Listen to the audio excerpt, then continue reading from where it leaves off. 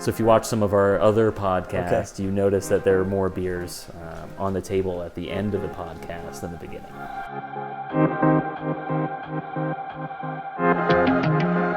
So I'm really excited to have Bill Roth here. I am too. Bill's a Denver legend. And this is... I don't know about that. Oh, okay. All right. He's modest too. So this is a really super exciting conversation for me to have, to see the journey of Denver, to see the journey of Denver businesses, and to understand that there's a spot for even the crazy ones like myself in entrepreneurship and all of the challenges that we deal with there. So before we go deep down the rabbit hole, I'd love to hear about your background here in Denver and your life and your journey, and then how that led you to Basics where you are at today. Okay, sure, Derek. Yeah. Well, you said crazy ones. I think you got to be a crazy one to do what you're doing. You got it, yeah. Do it. You got to be. Next doing to be an entrepreneur in today's world, but there's a lot of crazy ones, and Yep. they're the ones who can't wait for Monday morning. Yeah. You know, they're fired up every Monday. Most people hate Monday mornings, not the crazy ones. They're all doing things. They're changing the world. So I think we're in a good place in that area. So my story is, my parents were both from Chicago, grew up in Chicago. Yep. As late teenagers, they jumped on a train and landed in Union Station, Denver. This is how a lot of us came to Denver. It's just this a random... train landed in Union Station, still there today. And so that was about 1949, 1950. So I was born shortly after in Boulder, Colorado. Yeah. And folks went up to Boulder and started a little bar called the Wishbone on Pearl Street, but Pearl Street was an old dirt road in those days. No way. Yeah. And they started a bar there. So, That's cool. I was a bar baby. Yeah. I had a little literally cassette or a little bassinet on the bar, and my mom, dad had a little bar there. So we moved to Denver early on, and kind of grew up in North Denver to start out with, in Edgewater. Mm-hmm. When Edgewater was around, and it didn't look like it was today, and Highlands was just old time North Denver in those days. right. As a kid, I was probably like you two guys, just always had little businesses. Those days, Denver had two newspapers. The Rocky Mountain News was a morning paper. The Denver Post was an afternoon paper. Yeah. My brother Mike and I each had one, post and morning and afternoon. So we're throwing papers morning and afternoon. I always had snow shoveling, lawn cutting, handbills, worked in brickyards as a kid, sod farms. How old were you when you started working? Probably 10 years old with throwing papers. Yeah. Just newspaper boys. Do you think that's essential? Yeah, I mean, it's pretty hard you got to be half crazy to be an entrepreneur, but most entrepreneurs worked as kids. Mm-hmm. That's a controversial thing to say now. But they would have. Yeah. You know, Warren Buffett was a newspaper boy. Mm-hmm. When he was 10 years old, and then he got into pinball machines and stuff like that. Yeah. Finding golf balls.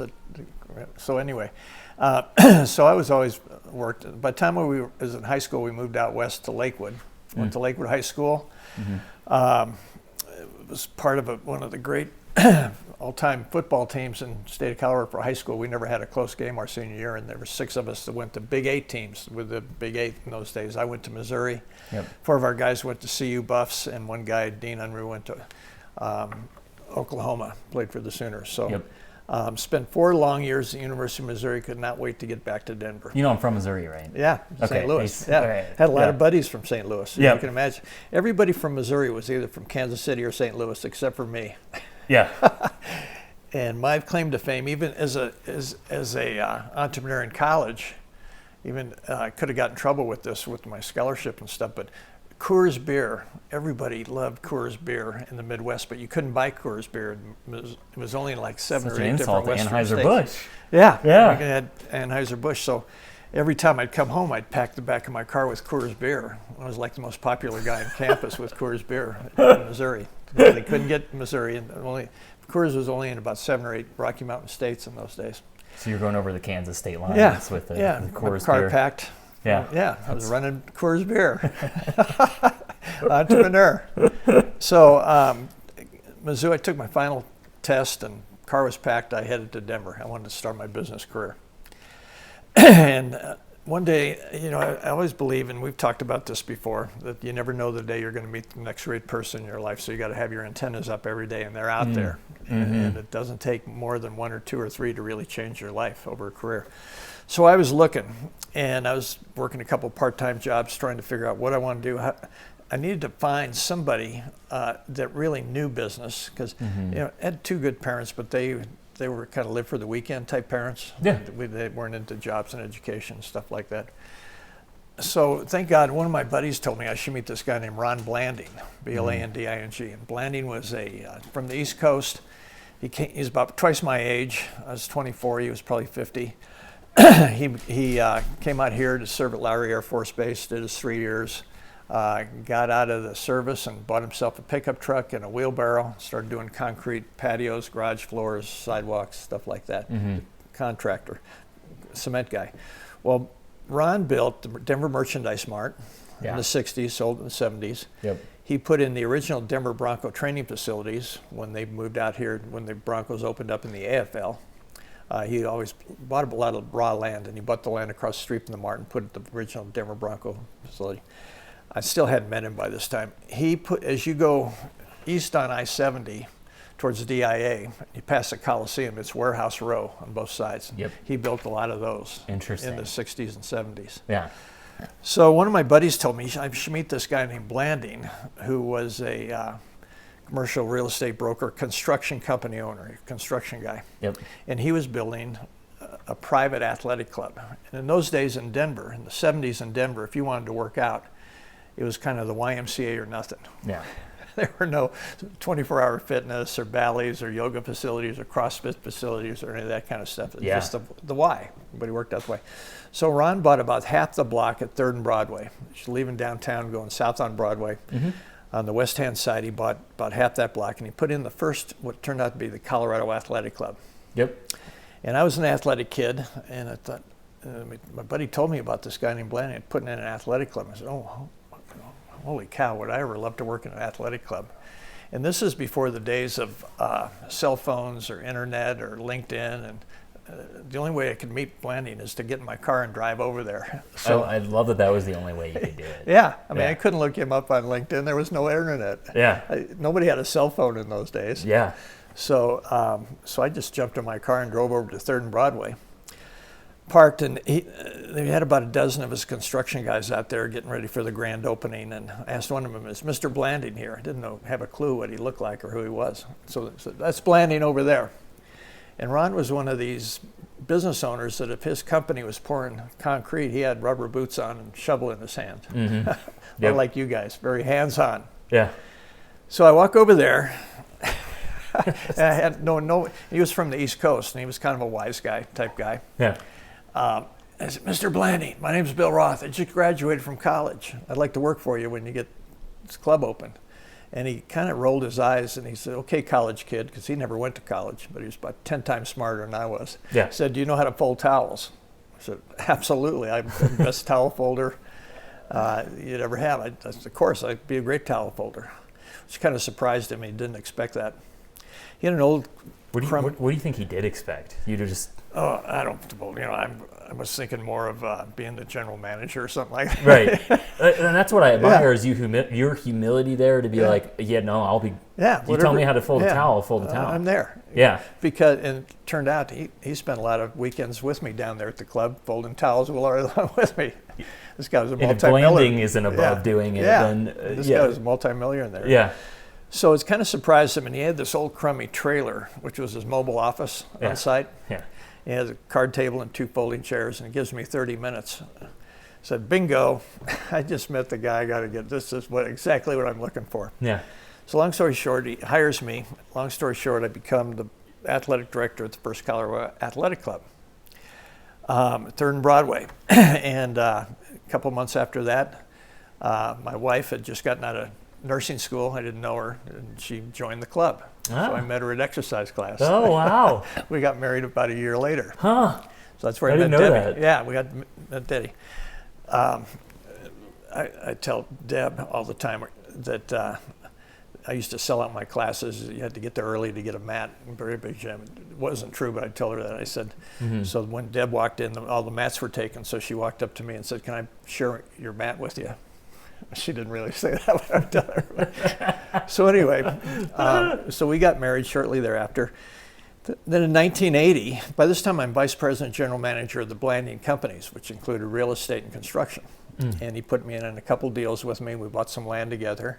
And then in 1980, we buy 8 acres of horse pasture on Interstate 70 between Wadsworth and Kipling, right on the north side of I-70. And we build the second Colorado Athletic Club, great big place, Colorado Athletic Club North. And that was, so now I'm running 2 clubs.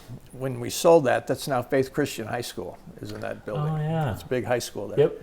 Where their baseball fields, our tennis courts were all there. Ah. So now I'm probably in my early 30s. We have 2 little kids. Deb's a part-time nurse, killing it financially versus if I wouldn't have met this guy. Yeah. So I learned how to manage. I learned how to market. I learned how to sell memberships. I learned how to take care of customers. I learned how to manage people. I learned how to fire through Blanding. Yep.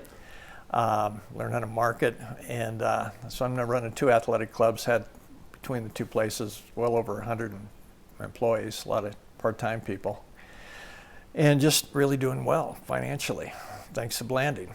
So then in 1982, he's a crazy entrepreneur. He buys a franchise into what was called the United States Football League, the USFL. And the USFL, the concept was spring and summer professional football. And he gives my wife and I a portion of the ownership. I'm now the vice president, general manager. We called our team the Denver Gold, based upon the gold rush of Colorado and Aspen Gold. And we played in the old Mile High Stadium in the spring and summer, and the Broncos played in the fall and winter. And met some unbelievable people who were we were one of 8 cities, and that before it expanded the second year. It was Denver, Chicago, Detroit, Boston, New York, Philadelphia, LA, and the Bay Area, all the big markets, except for Denver. Yeah, we're the small guy. We're the small guy. Yep. And we were the only market that did not have Major League Baseball. So we didn't have to compete in the summer with the Red Sox and the Dodgers and the Giants. Yep. So we filled up darn near Mile High Stadium, but it was smaller in those days. It was the old one. And one of the greatest people I ever met was the owner of the new LA Express, Bill Daniels, father of cable television here in Denver. Bill, but he bought the LA Express. Yep. Bill was the father of cable television, and he got us in with ESPN and ABC Sports. So ESPN did our Monday night games, ABC Sports did our summer game or Sunday games, and so we had national television. And they used to like to come to Denver because we almost filled the stands, and it was kind of sparse. The rest of the franchises weren't doing that well because they were competing against Major League Baseball. Yeah. We didn't have the great Rockies yet. Yeah, didn't have the Rockies weren't here. We had the Denver Bears, but that was just a minor league team. Those days. So now I'm running a pro football team and made amazing people. Bill Daniels was probably the best. And he lived in Denver, but he owned the LA team. Great guy. The owner of the New Jersey Generals, the New York team, was a young real estate developer from New York named Donald Trump. Who was it? Donald Trump. I think I've heard that name before. Yeah. And Trump was in his early 40s, and of the main owners, he was by far the most vocal at all the meetings. I'm sure he was. But he was the youngest. And most of them are old, guys that are multi-millionaires. But how old was he at this time? He's probably 41, 42, something like that. Yeah. And he was married to Ivana. Oh, yeah. She was the smart one. She was what? She was the smart one. She was a smart woman. Yeah. And he'd bring her to the league meetings. We'd meet twice a year as a group and working weekends. And he'd always bring her to the meetings with.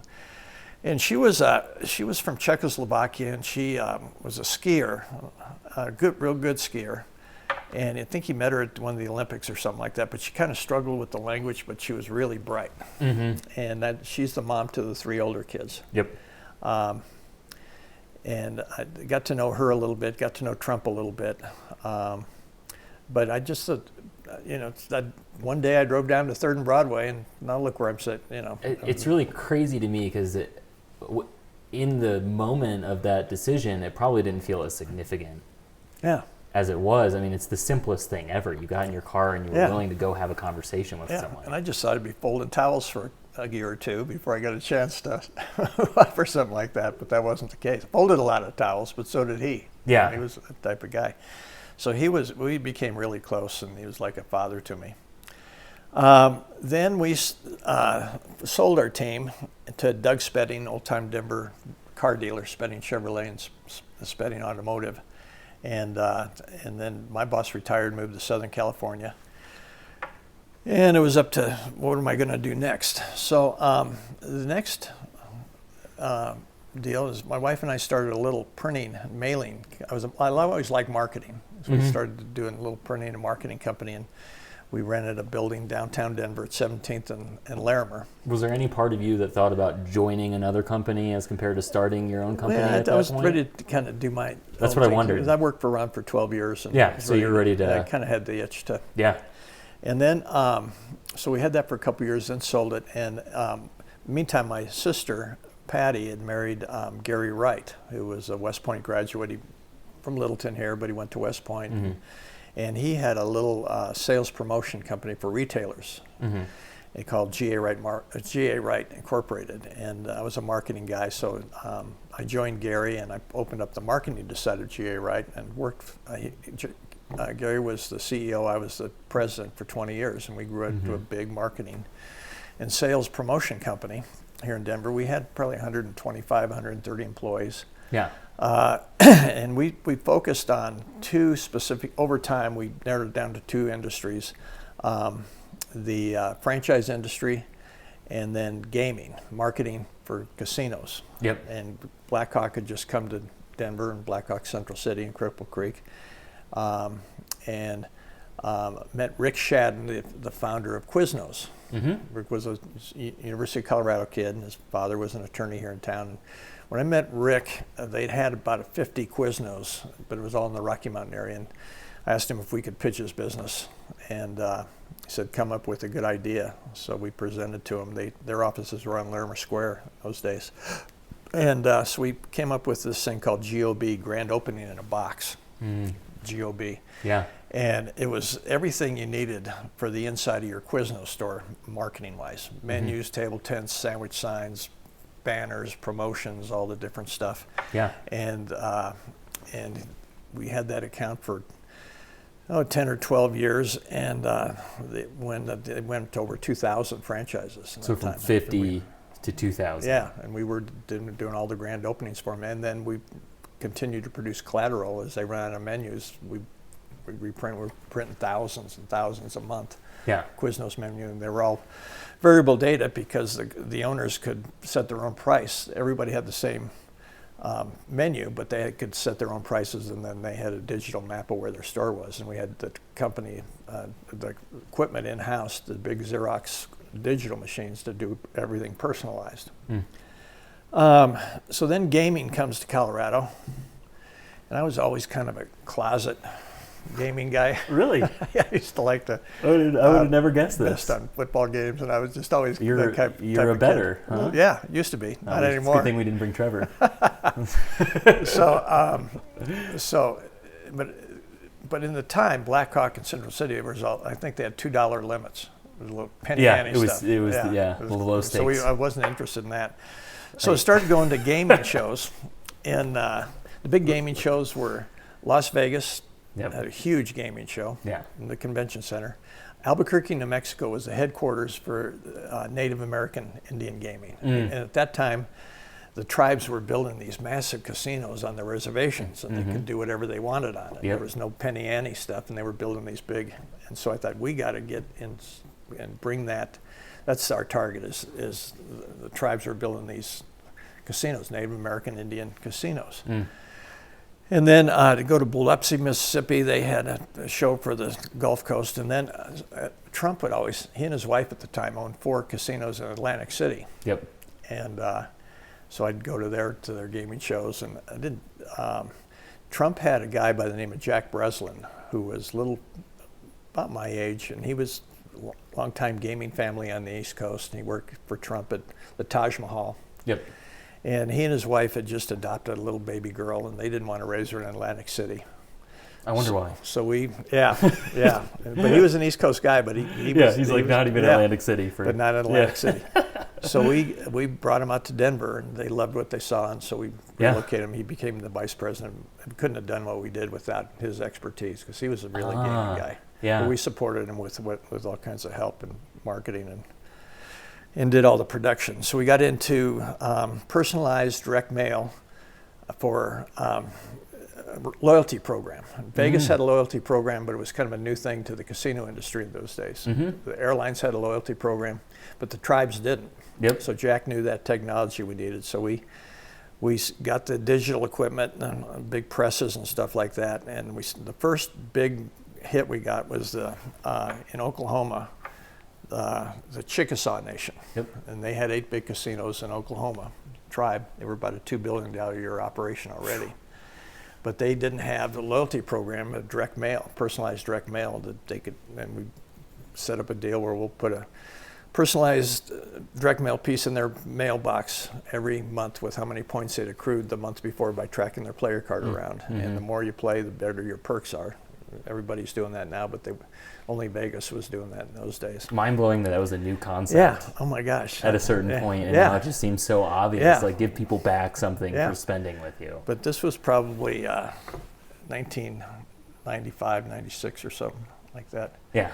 And so that grew like crazy. We got the Hard Rocks in Florida, and all kinds of casinos up in Michigan and Ohio, and Albuquerque had, New Mexico had gaming.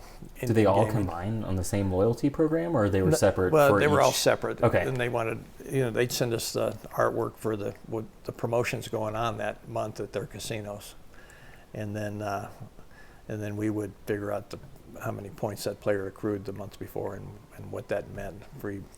Free rooms, free golf, free show tickets. I have a lot of questions on how you did that before computer data, but we're not going to go there. Yeah. That would take a while.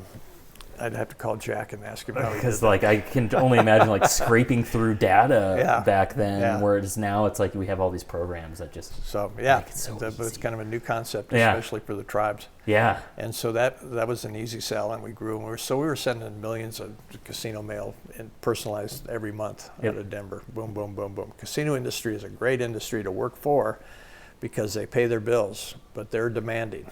Yeah. They're like a hospital, they never close. And so we had put on second and third shifts to get on that. But so I did that for 20 years, and by that time our kids were out of college, and I thought, at this point, this is 2006 now, and I thought, I'm going to like to work at a nonprofit and kind of slow down a little bit. Yep.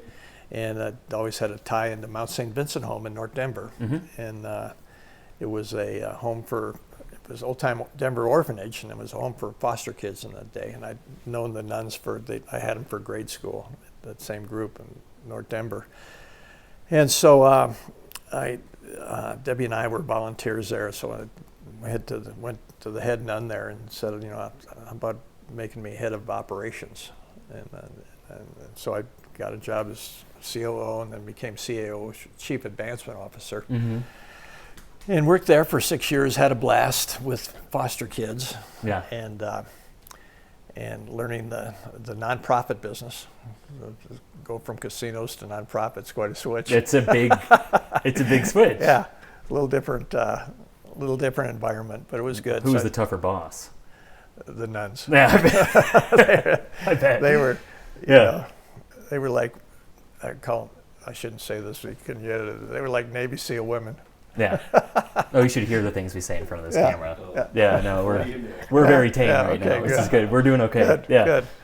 So worked for them till 2012 and ran that. Oh, you're such a good girl.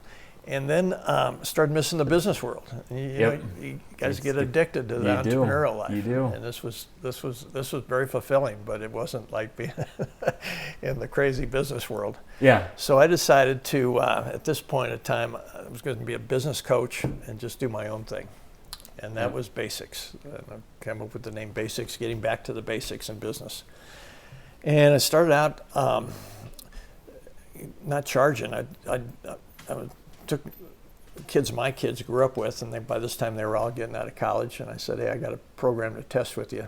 let's meet for coffee. And so I had about a half a dozen of my friends' kids who were just starting their careers. Say, how old are they at this point?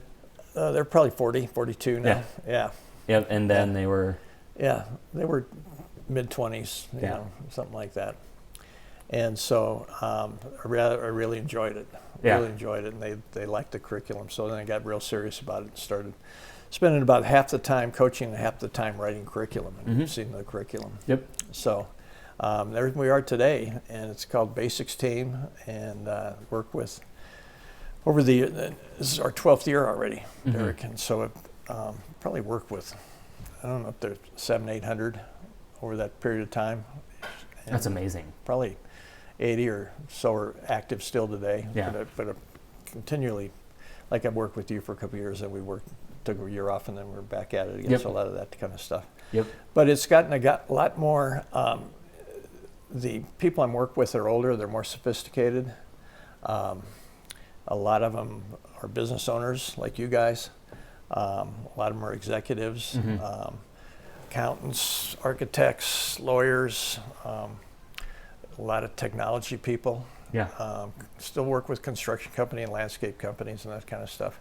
But business is business, and this programs, I don't care if you're running go-go business aviation up here and you're a high-tech guy with internet, 5G internet to the airlines, or if you're a guy putting in fence posts and building outdoor landscaping. Business is business, and the same type guys, and it's the same rules. And that's why I love the name Basics. Yeah. Is because it's like really about getting back to the fundamentals of business. And I guess my question is, like, so much has shifted in your lifetime, in my lifetime, even. How much of those basic principles have changed in our lifetime, and how much has remained the same? Yeah. Well, I like to look at it because I was a sports guy, and I tell people, Tom Brady, Bill Belichick, Peyton Manning, the crew. Yep. If they go all the way in their season, they might have 20 games a year, and they get the off season. Three of us are playing 300 games a year or more.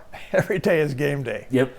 You get up every day, you put the helmet on because you know you're going to get hit a couple times during the day. But that's what business is, and that's what entrepreneurism is you play every day. You know, but you play because you love the game, and the business is the game of business. Yeah. And it's really no different than the game of sports, except you just play every day instead of once a week. And I don't know, have you ever had an off season? No. Not since I've gotten into business. You, Nick? Yeah, absolutely no off not. season. But that's, but it's fun to see things grow and mature. So it's a completely different program now than it was when we started. Yeah. And but it's still kind of keep back to the basics. What way has it grown, and is it adapted mostly to your clients? Has it adapted to the environment, or a little bit of both? I think it's adapted to an older, more sophisticated business person. Interesting. Because the curriculum has gotten more sophisticated. And so I spend about half my time coaching and about half of my time reading books and listening to business books. And I showed you my library. I've got a couple thousand business books, because that's what you got to do to keep up with smart guys like you guys, is keep learning and I still learn. I kind of bluff out that I teach, but I learn from you guys as well. Honestly, it brings me all the way back to the towel story, which is, I think, what makes you successful is that endless curiosity, and then also recognizing, like, hey, like, I could never have it all figured out. Like, I have to stay sharp. I have to keep reading. What are some of the things that you read, just out of curiosity? A lot of business biographies. Yeah. A lot of books on Apple and Amazon and Google and the latest trends, and you can learn. I'd say the way to build your career is study the legends, study the Sam Waltons, study the Mary Kay Ashes, study the Bill Gates all the way up to now, and a lot of the stuff they're doing now they were doing when Sam Walton was. I mean, it's gotten a lot faster to do business, and it doesn't cost as much. But Ray Kroc from Chicago, where you spent some time, founder of McDonald's. Ray Kroc never worked in a restaurant. He sold paper cups and then milkshake machines. But I'd say that's one thing about entrepreneurs is you got to be able to sell. Somebody said, and if you can sell, you can do anything. You don't have to come out of chef school to build the biggest restaurant in the history of the world, McDonald's. He didn't know it. He never cooked a hamburger or anything like that, but he could sell. Ray Kroc was a great salesman, and he was a great entrepreneur. Sam Walton started with one little 5 and dime store. He went to University of Missouri. Yep. In fact, he was president of the University of Missouri Student Council. Yep, I believe that. Yeah. They're big donors there now too. Yeah. Kroenke was from there too, Columbia. And Lori's, yeah. But it's fun to study the legends of business and their stories, and it's really built this country. Yeah, is the entrepreneur more than anything else. How much do we really need to reinvent the wheel? Yeah. I mean, really, how much do we need to reinvent when all of these great people have done it? All the tools are there. Now, the one thing you have to have is you have to have high energy. You guys are high energy guys. Yeah. You have to be able to sell, and you have to establish great people skills.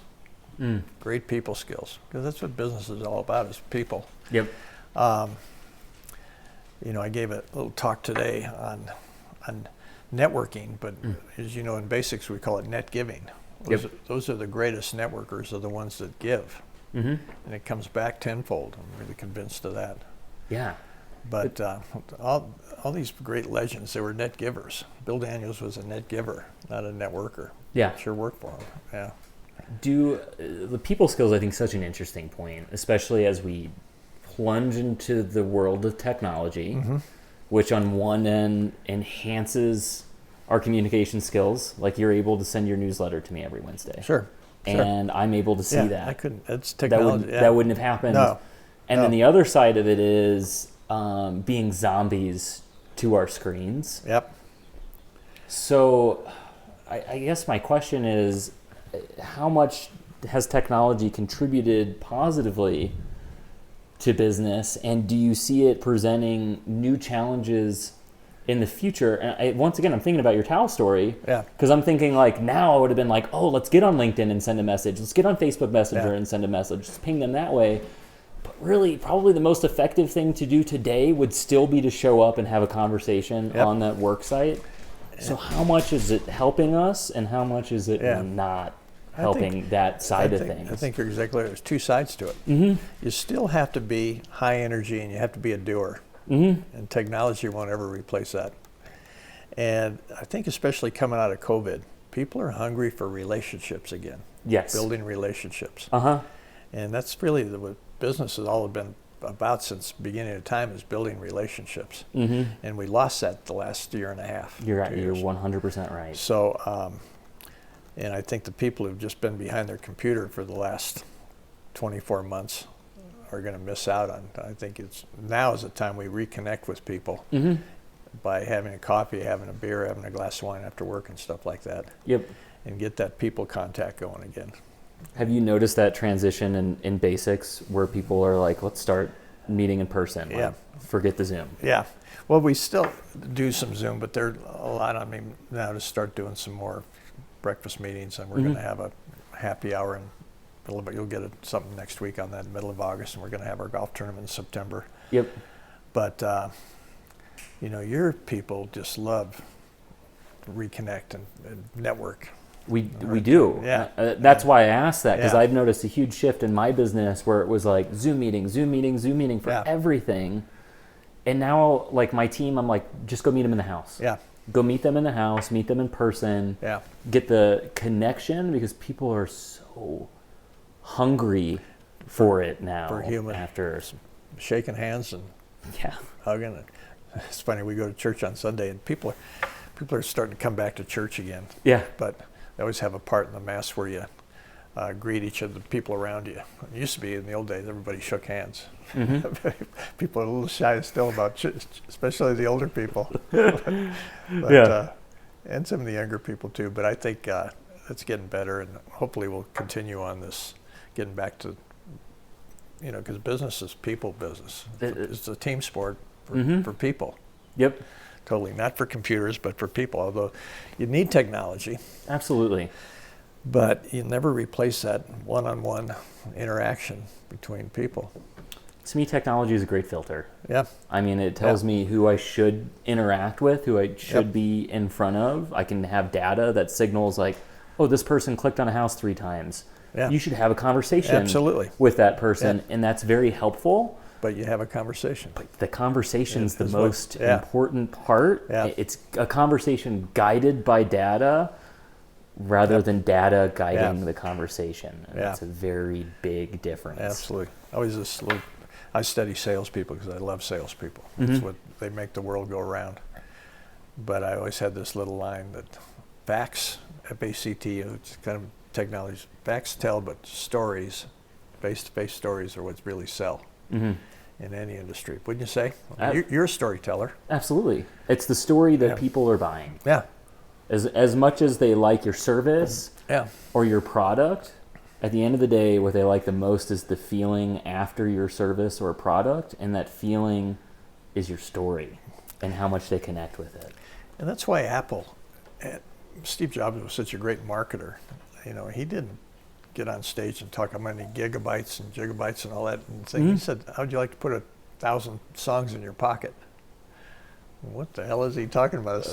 But that's what sold. Because it was an experience to me, and like that's to me the biggest shift in the next generation of business isn't like millennials are lazy or any of the doom and gloom stuff. It's what millennial and Gen Z wants is an experience over a product. Exactly. An experience over a service. They have to remember it. And it has to be feel good, otherwise they have options that could be. You, Derek, just hit on a keyword, experience. So you think back through some of the great business people, you know, they don't make them greater than what Sam Walton did, but Sam Walton was a customer service guy. Yep. You know, customer service. Today's great companies like Apple isn't a customer service company, it's an experience. It's a client experience you get when you open up that box and see what's in it, or you walk into an Apple store. Disney isn't a customer service. It's an experience you get when you go to a Disney park. If you look at the Nike ads on television, you know, they tell a story for about 60 seconds of some great story. You have no clue who's putting this on, and then at the end, here comes the logo, and that's it. It's a Nike experience. And I think that's the way you get customers. Customers want an experience. Customer service is a given today. That's exactly what I was thinking. It's implied. At this point, if you're not doing it, you're already out of business. It's old school, and you're not going to be in business. But Ritz-Carlton is an experience company. What do you think the biggest difference between customer service and experience is? If you know, you can go to customers, you can go to a bar and you can get a beer, and the good ones take care of you when you get low and stuff like that. But open up a package from Apple. There's no, it's been designed. The packaging is just flawless. I just finished a great book, After Steve, and it's picking up what Apple has become after Steve Jobs died. And they focus on 2 people in there. Steve Jobs' right-hand man and best friend at Apple was always that Johnny Ive. Johnny Ive was the designer of everything from the iPad to the iPod to the iPhone, Apple Watch, and Apple Park. And so that was one of his guys. And then the other key guy to that operation was Tim Cook, the CEO, operations genius. Operations genius. So before Steve died, this is in the book, he says to the board, you got to put Tim Cook as CEO, take my place. He's a genius in operations, and just leave Johnny Ive and his people alone. He'll do just fine. Don't get in his hair. Don't bother him. Get out of the way of the visionary. And look what they, you know, when he died, I think Apple was worth $300 billion. And before all this crunch came to the stock market, I think they were pushing $3 trillion with Tim Cook in there, and that's only been 10, 11 years. I absolutely believe that. And that's, but they still do that client experience, client experience. It's like all the great ones do. I want to bring it back to basics for a little bit. Sure. Because I know that you have a couple different basic programs, right? One more for individuals, one more for business development for business owners, right? Right.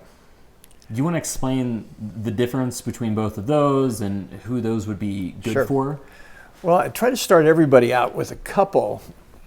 There's two parts of basics. And the original, which was personal development and career development. And that's what I was a career coach. Yep. And part of building a great career is you got to work on yourself harder than you work on your job. Whew, yep. And that's that personal development, career development. So that's that was the tough part. And that was about 20 programs. It was goal setting, discipline, attitude, daily method of operations, productivity. He took all those classes. And then started getting more business oriented, sophisticated people, and I needed to come up with something for that business owner, business executive, professional. And so I came up with Basics Business Boardroom. And we started with an introduction with the game of business. It's an hour program, and we touch everything from client experience to branding to SWOT analysis to advertising, leadership, a lot of leadership stuff in there, a lot of sales, business development.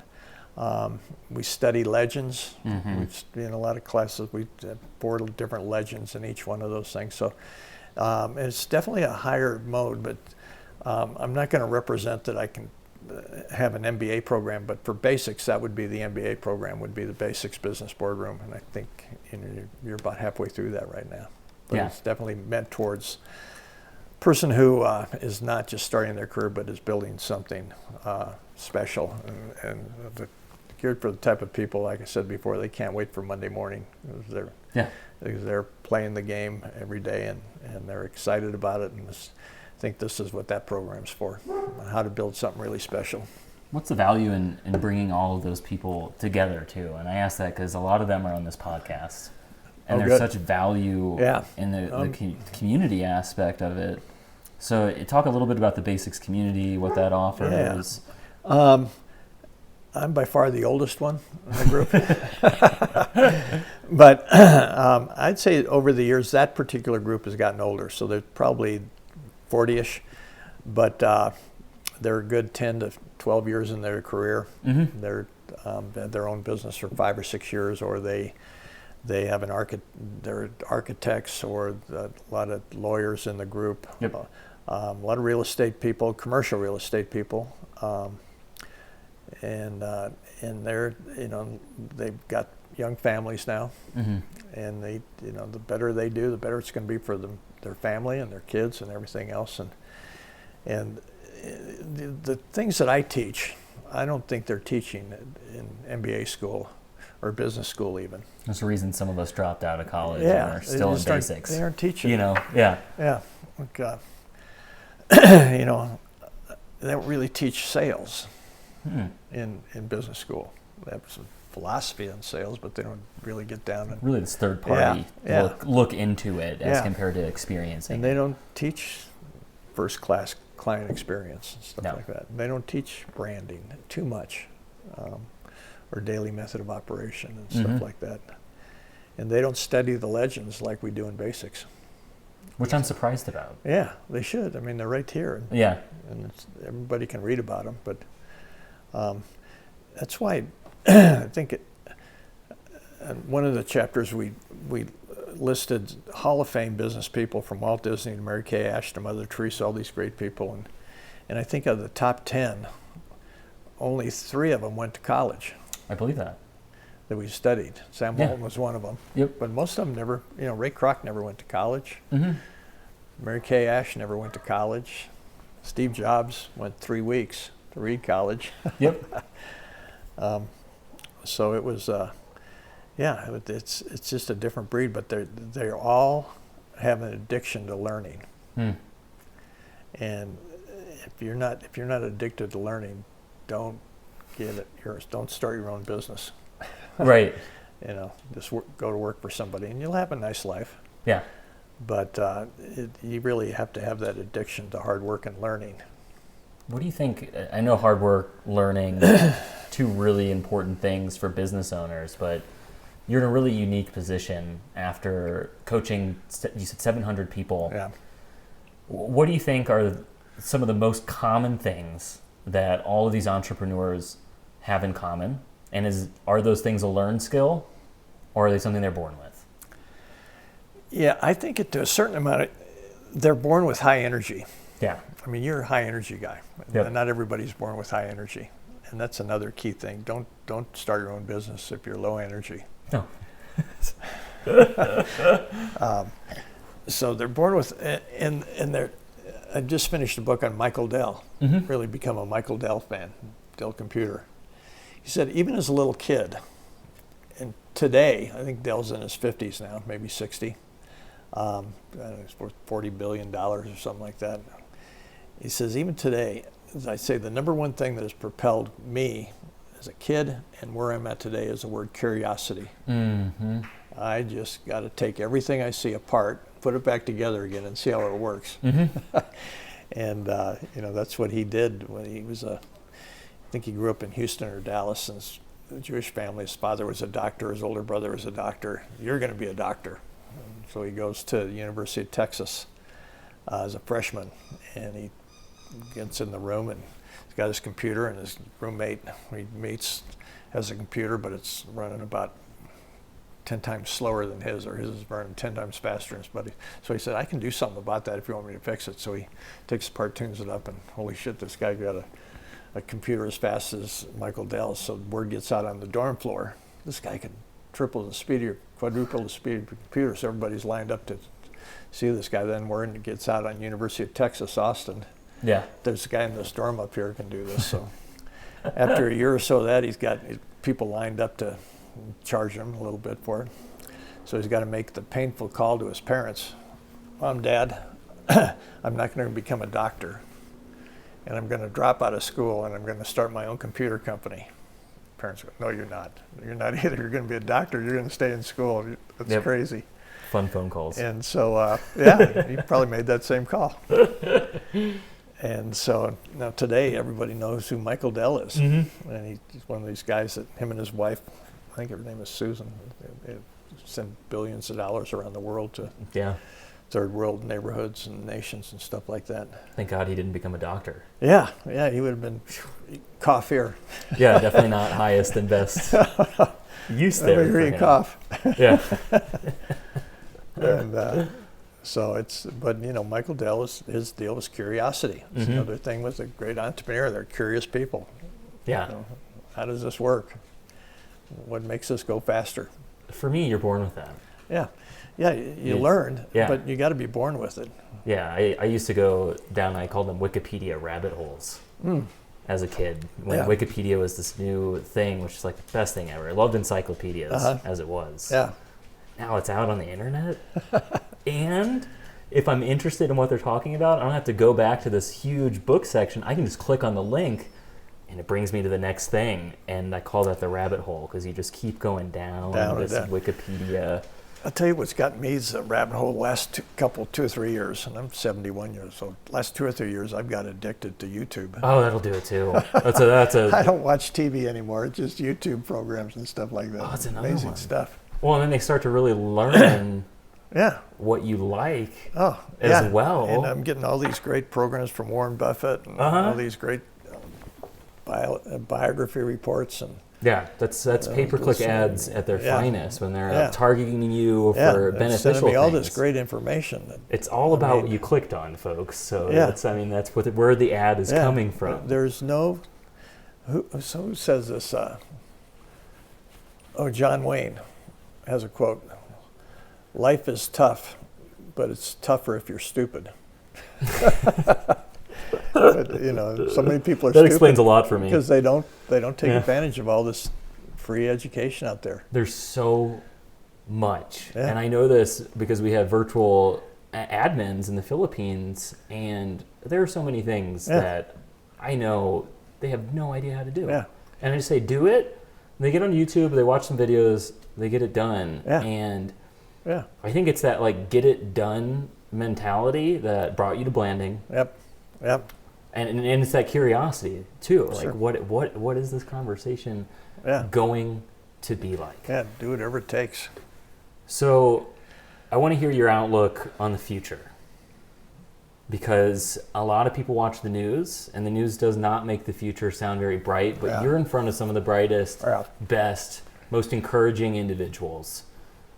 To you, what does our future look like?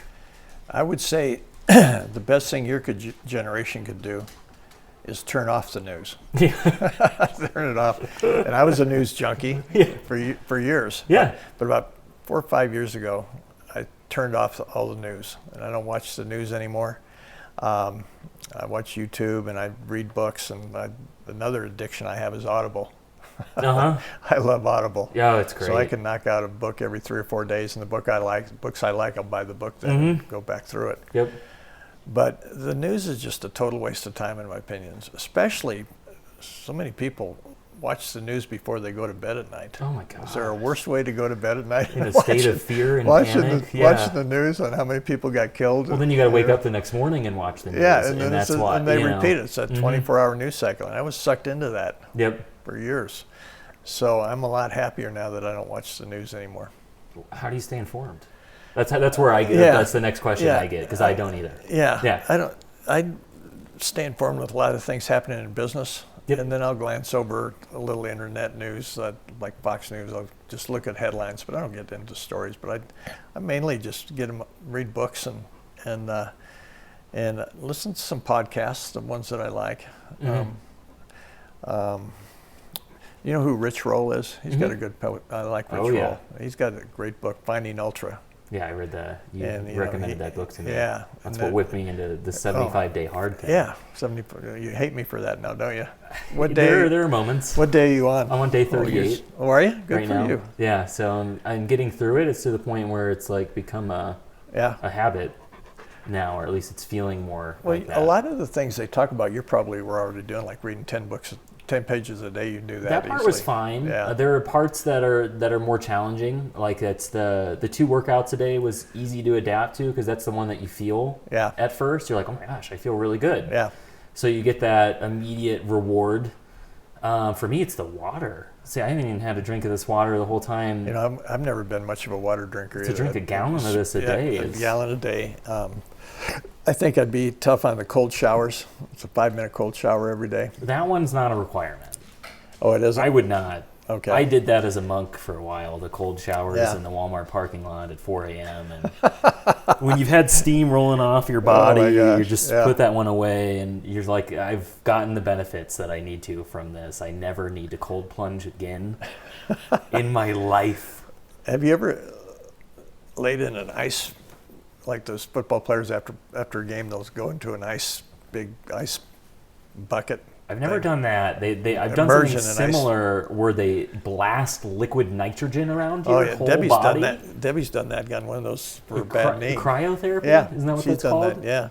And that was actually pretty cool. Was it? That was different to me than the cold shower. The cold shower is like, I got to deal with this for 3 minutes.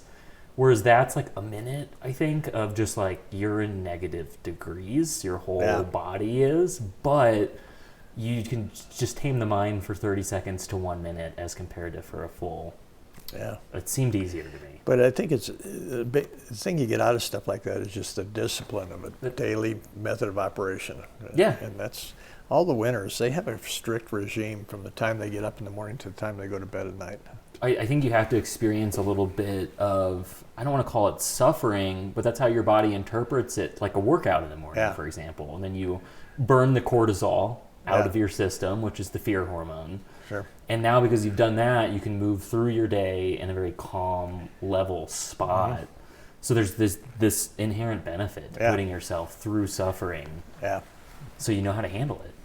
And then you got to track your stuff to make sure you're doing it. Yeah, well, they make it easy. The 75-day hard, they've got the app, and it will scream at you do it for you if you didn't log your stuff in there. So you're on day 38? Day 38. So you're halfway through. And I actually am halfway through. That feels good. Good for you. Do you take a picture of yourself every day? Every single day. Do you notice any change? Yeah. And you look. I've lost about 10 pounds. Really? Wow. And a lot of it was fat. Yeah. Heck, you look good. So like there's immediately noticeable, but now what's more noticeable is the actual like health benefits. You're sleeping well? Sleep well, and just like I hiked a 13er this weekend and I wasn't tired. Good for you. And usually that would have just wiped me out. So to like be able to do that, enjoy the Colorado stuff that we have here and not be wiped out is really, it's the simple things that have come from it that I've appreciated the most, I would say. Well, that's good. That's a part of goal setting, is setting some goal to do 75 hard and get it done. Yeah. Yeah. Well, I got to thank you. This is a lot of fun. Well, this was great. Do we want to do some rapid fire questions? Yeah. You can cap it off if you want. We're at 3 more minutes to cap it off, and then we'll do rapid fire after. Okay. So you can cap it off like thanks for coming, do all that stuff. Okay. Bill, this has been amazing. No, I always enjoy our time together. Yeah, We have great meetings. And this is a highlight of my day. And I always have a good day. So it's good. I love it too. And for all of you that loved what you were hearing out there that want to reach out and become a member of Basics, what's the best way for them to do that? Go to basicsteam.com. Okay. And you see all the information on that. Yep. And I put out a Master of the Basics every Wednesday. There's no charge for that. It's just you can read the whole thing in 2 minutes, and it's on different parts of business and personal development, career development. But yeah, just go to basicsteam.com and get a hold of me. I'd love to meet you. It's such a diverse ecosystem too. I mean, there's young crazy people up to very seasoned CEOs in there. So I feel that what comes all out types. of that. Yeah, everybody gets along well. Yeah.